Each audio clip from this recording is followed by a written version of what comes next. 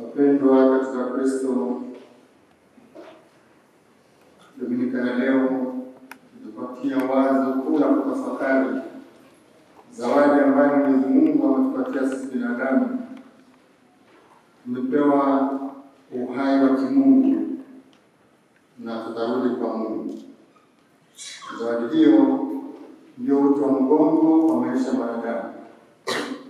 Mungu ametuumba kwa mfano na sura yake, na zawadi hiyo tumepewa binadamu. Mapenzi ya Mungu sio mastahili yetu, na kwa mstari wa Mungu kwa mpango wake Mwenyezi Mungu pia.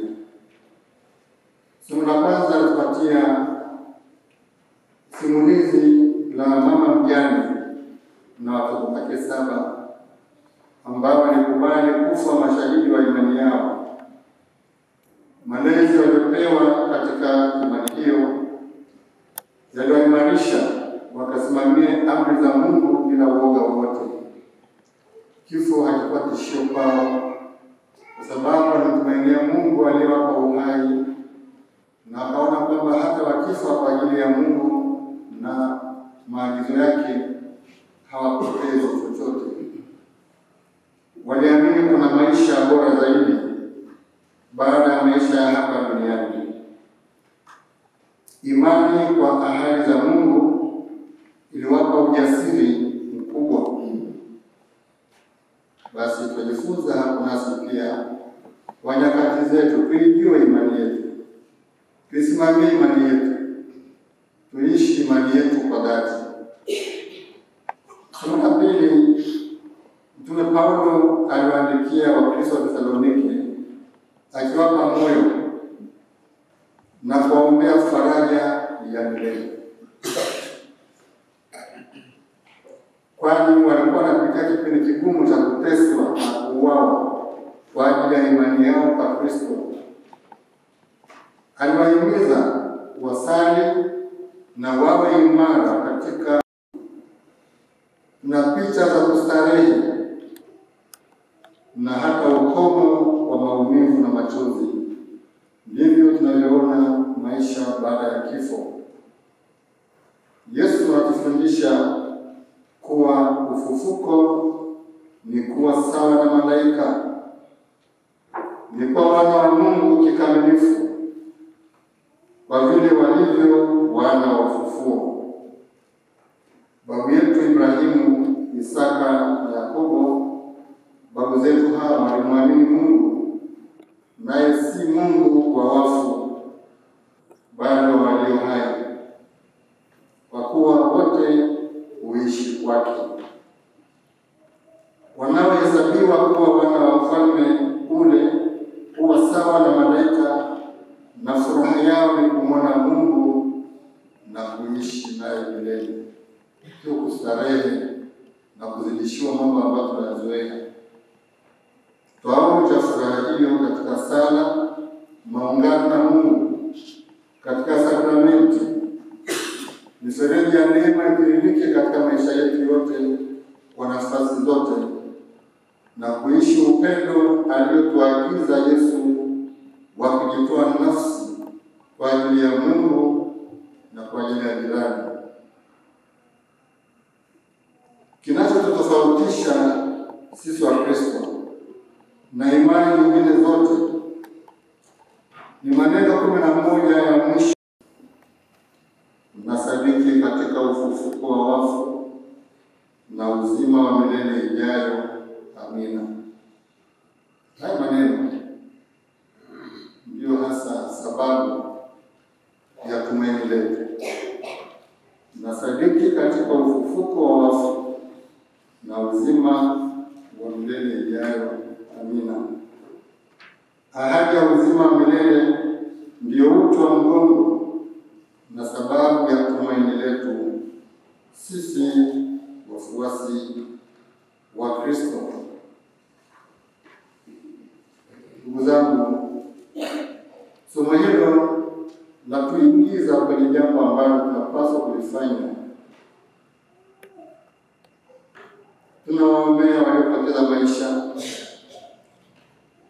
waliojeruhiwa, waliopoteza ndugu na jamaa katika vurugu uchaguzi mkuu tuliokuwa nao. Tulisali na kuombea uchaguzi mkuu tukitamani kwamba zoezi hilo lingefanyika kwa utulivu na kwa amani kama uchaguzi nyingine zilizotangulia. Yaliyotokea Tanzania siku ya uchaguzi mkuu tarehe 29 Oktoba mwaka huu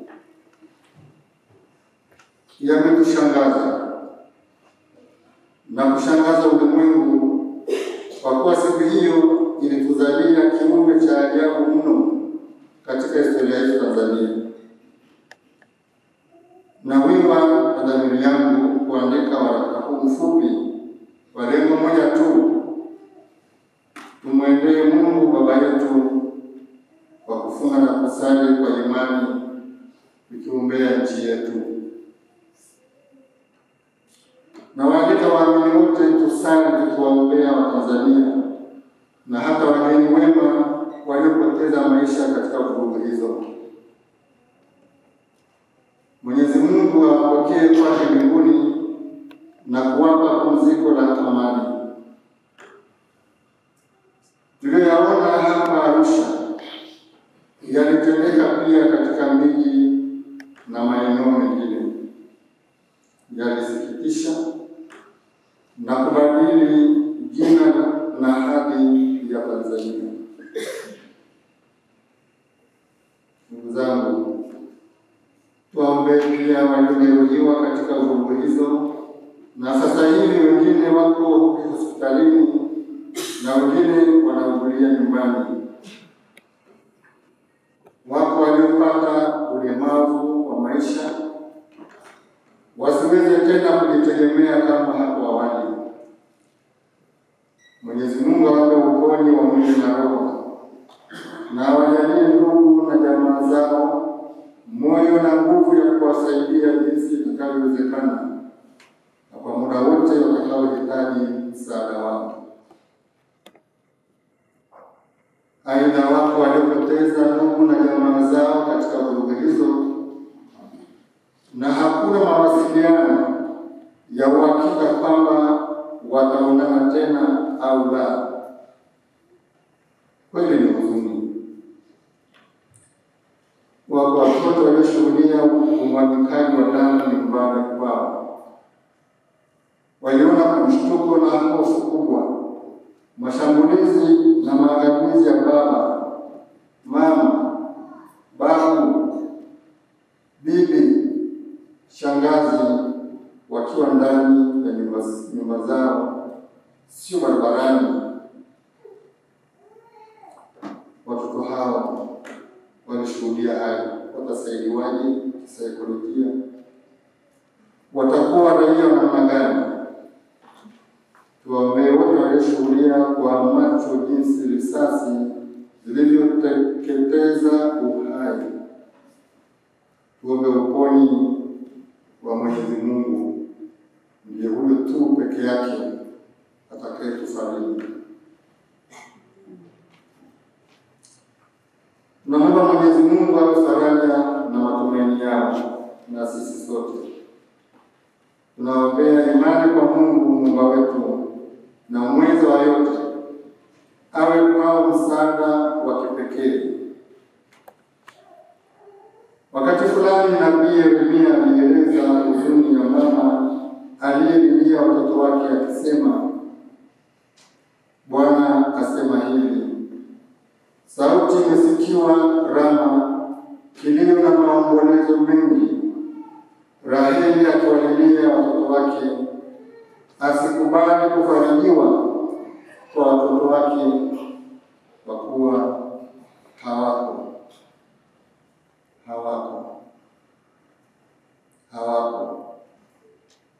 Yeremia sura 31 aya 15. Tanzania inaomboleza kutokana na vurugu za siku ya uchaguzi mkuu, siku ambayo tunategemea ilikuwa ni matumaini na furaha. Hakuna mwingine wa kutupatia faraja na matumaini zaidi ya Mungu mwenyewe, msimamizi wa uhai wote. kwa nafasi yangu ya kichungaji, na wapeni pole kwa haya yaliyotokea kwa nchi yetu, nikiwasihi sana tuendelee kusali ile sala ya kuombea Tanzania haki na amani. Lazima tuombe na tutafute katika ukweli. Tusali misa nyingi za kumlilia Mungu. Tusichoke kuomba mpaka Mungu ajibu kwa wakati wake na kwa namna zake. Utakalo lifanyike duniani kama mbinguni. Atakaye Mungu, sio binadamu. Hiyo ni sehemu ya sala tuliyopewa na Yesu mwenyewe. Kwa hayo yaliyotokea, twapaswa kujitafakari kama taifa. Tusijidanganye na kudanganyana. Kama nilivyosema hapo awali, waraka huu ni mwaliko wa kumkabidhi Mungu katika sala hayo yaliyotokea siku ya uchaguzi mkuu na kesho yake. Tumwombe Mwenyezi Mungu atufungulie njia ya kwenda mbele kama taifa huru lenye umoja na upendo wa kweli na lenye kuthamini uhai, ubinadamu na kutendeana kwa haki jinsi atakavyo Mungu.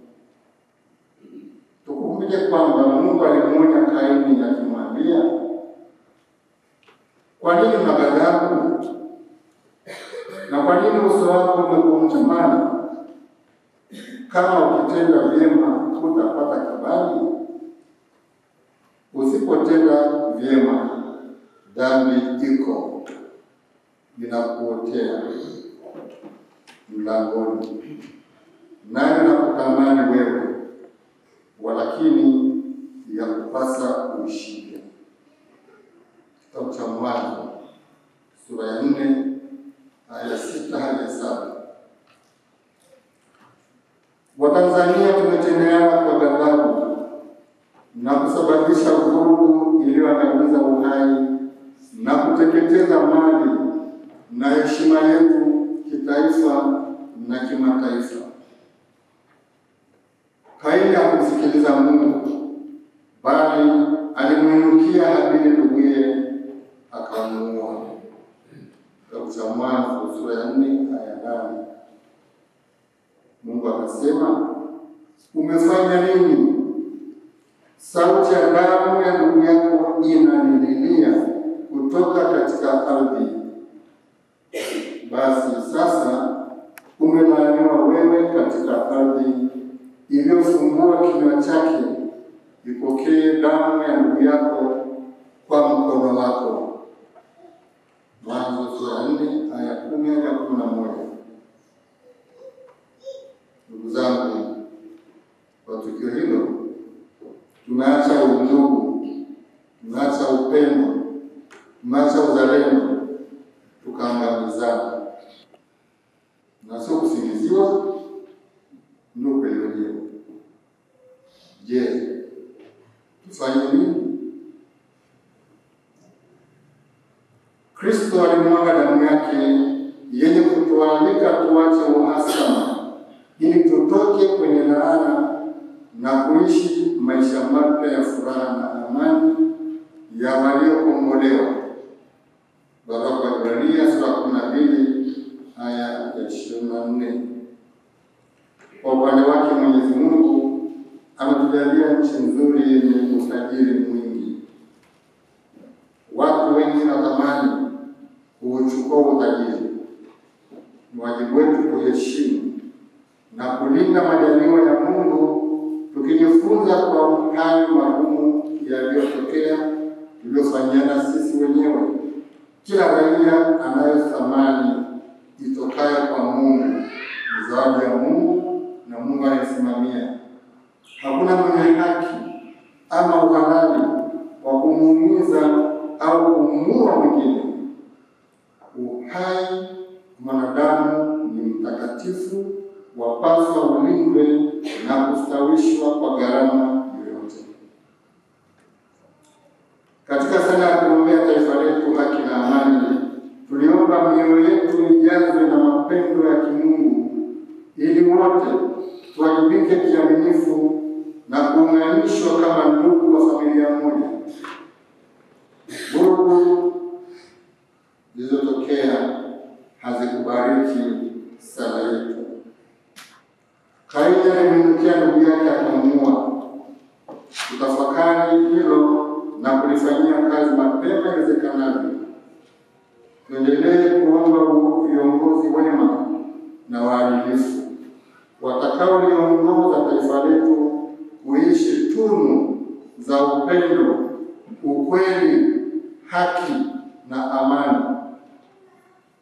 Tumuombe Bikira Maria mtakatifu, mkingiwa dhambi ya asili na mlinzi wa taifa letu, atuombee tuweze kutafuta kwa pamoja usitawi na usalama wa taifa letu Tanzania katika roho ya uzalendo wa kweli. Nahitimisha kwa kuwapa tena pole walioathirika na vurugu zilizotokea wakati wa uchaguzi mkuu. Wagonjwa wapone na waliopoteza maisha wajaliwe pumziko la milele, na wale ambao hawajaonekana bado wapatikane. Tuombe neema ya kutatua changamoto zetu kwa upendo na kwa busara, na watakini neema na amani zitokazo